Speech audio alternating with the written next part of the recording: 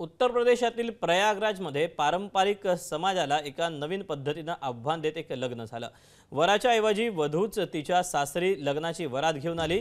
संगीत, डीजे आणि शेकडो लोकांच्या उपस्थितीत ही लग्नाची वरात आली। सासरच्या दारात ही वरात पोहोचली आणि रस्त्यावरून जात असताना पाहण्यासाठी लोकांची गर्दी जमली आणि हे दृश्य चर्चेचा विषय बनलं।